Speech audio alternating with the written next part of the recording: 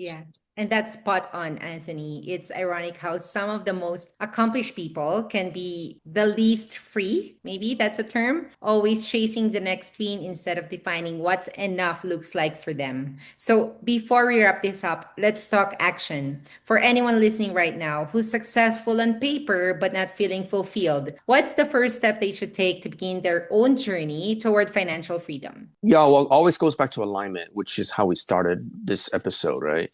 I think one of the first thing to think about is financial freedom is a lifelong journey. It's not just think about it as, the end goal, but rather along the way, this journey, there will be different checkpoints. Uh-huh. And so once you're free, you need to sustain it and perpetuate that. I think that's one thing people kind of just don't think about. It's like, I'm always looking for that number, that end goal, and done, right? So that's number one. That's a journey. The second thing is you really have to define what financial freedom is to yourself. And we talked about that early on, how I defined it, with some of the exercises you can do, because everyone's definition is different.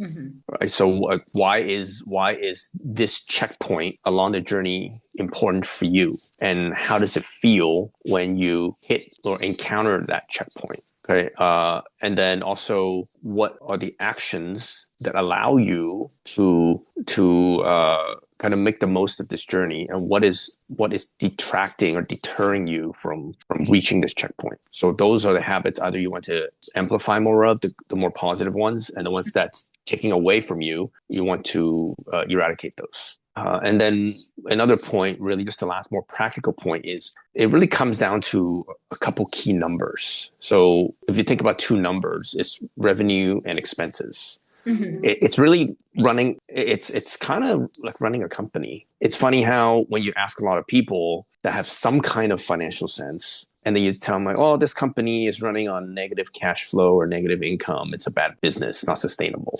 But then they can't apply it to their daily lives. So for a human, it's the same thing. If you have more expenses than revenue and no negative cash flow, it's just not sustainable. Of course, yeah. So they get it for business, but somehow not for themselves, because you become a lot more emotional. And we talked about not being free in many other aspects of life, right? Mm-hmm. So here is, as an individual in general, just I believe that you have a lot more control over your expenses than revenue in general up to a certain point, because you can always decide what's needs versus wants, what's good to have. So that's one follow-up exercise is, after calculate the two numbers, revenue expense, is it positive or negative? And then you think about the expenses, what's in these three buckets: need, wants, good to have. Mm-hmm. And it should be so simple that you can explain it to a 10-year-old and they can understand that.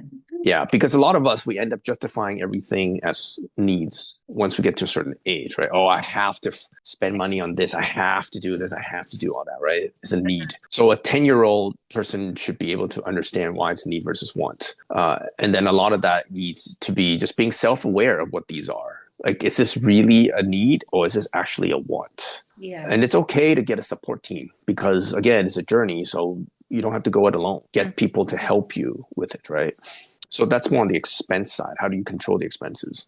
Mm-hmm. And then on the income side, the revenue side is just also classify as what's active, passive, or recurring. And we can spend other episodes talking about the different types of income and how to generate it. But I think this is a very, very high level exercise that anybody can do at home on a spreadsheet. Yeah. As long as you have some kind of basic arithmetic knowledge.